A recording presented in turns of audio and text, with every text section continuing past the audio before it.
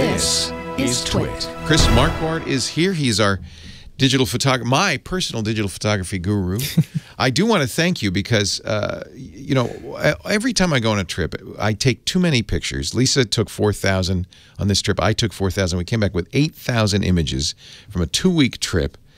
And often is the case that I'm just overwhelmed. I never get through them, and they're just a pile of pictures stored on my hard drive. That can happen, definitely, but especially on a trip like this. I read and took to heart your PDF, 1,000 photos in an hour, and I used your method, which you should get the PDF from Chris, and you could do it just by signing up. It's free. It's free. 1hour1000pics.com. Yeah, 1 hour, 1,000 pics.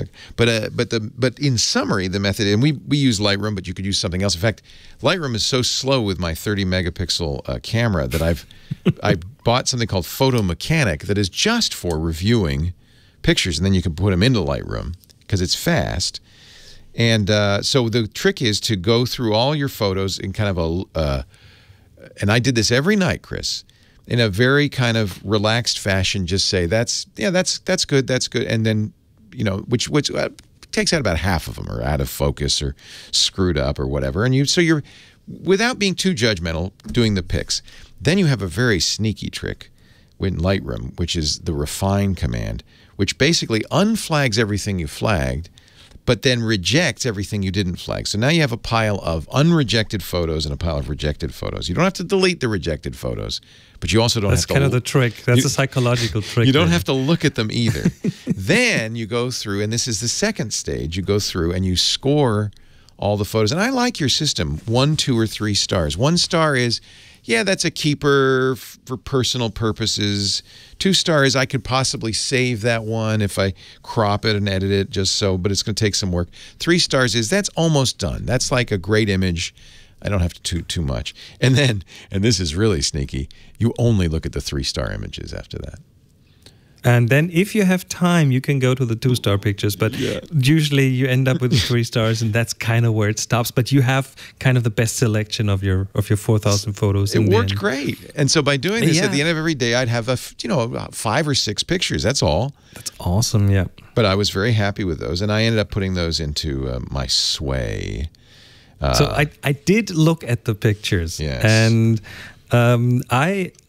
well, first of all, they're all awesome photos. Thank and you. Yeah. Okay. Get that out of the way. Okay. They must be for you because they all have a meaning for you. Yeah, they're meaningful. You wear there, you have the memories. Yeah, they have meaning for you, and that's kind of important. I wasn't trying to make this a gallery showing. I was trying to make it something that we would, as a family, look at. And then they will certainly ring with people who've already been there because they kind of that will trigger memories, or they might ring with people who want to go there because they kind of anticipate that. So there is something in those photos that people can connect to. But then there are a few photos in there that kind of click with more people. Yeah. That will get more people engaged, and I've looked at them, and 3 of them kind of jumped out at me. And the first one is that figurine around Machu Picchu in some museum that's holding something that looks like a smartphone. Yeah, that kind of cracked me up. All of the statues, all the pre-Columbian statues are holding smartphones. That's what it looks like. That's exactly the photo I'm talking about. And this one, I think clicks with more people because of exactly that. They can relate to that. It's something that they have in their experience. Also, the light on this is just awesome. There's a very interesting light, kind of a side lighting that brings out the textures really nicely. So that together with what's going on in the photo, people can relate to that, and that makes it interesting. So that is one. The other one that I found really beautiful is that photo of that big rock, that split rock with a little boat, or and that's completely unretouched. They call it kicker rock. That, I believe you, that's the way it came out of the camera. And the way the sun, again, interesting light, the sun is coming from the side. It brings out the texture, it brings out the relief of that thing. Then the rock being split, you have this ship in there that kind of gives it scale. So all of a sudden you get the sense of how big that thing is.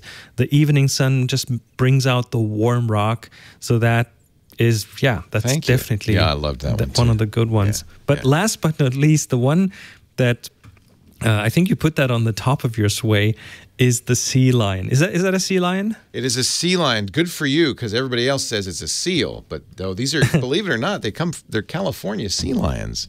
Awesome. Yeah, they What came are they down. doing there? Well, that's what's weird about the Galapagos is there's 4 big currents that bring stuff from the Antarctic. So there's penguins, stuff from the tropics. So there's flamingos, and stuff from the north, like this sea lion that is basically the same sea lion you'll see on the piers in San Francisco.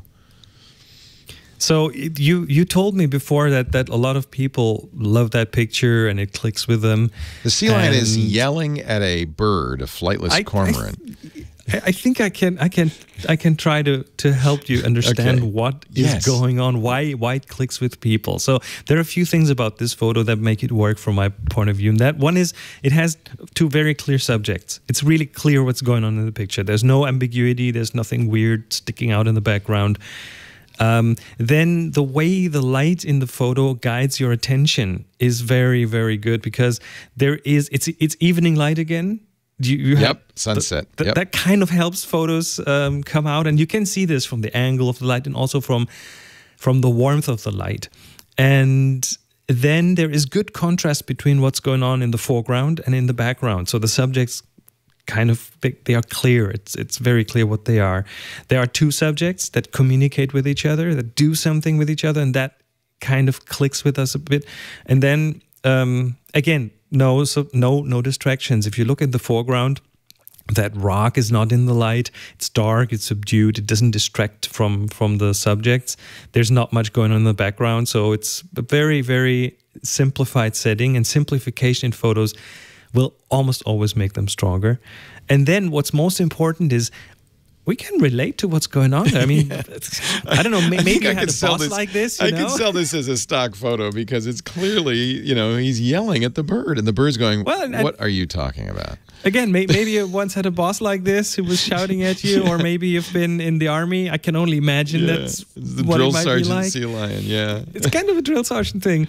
But anyway, there's a story, Yeah, and that story might be different for everyone.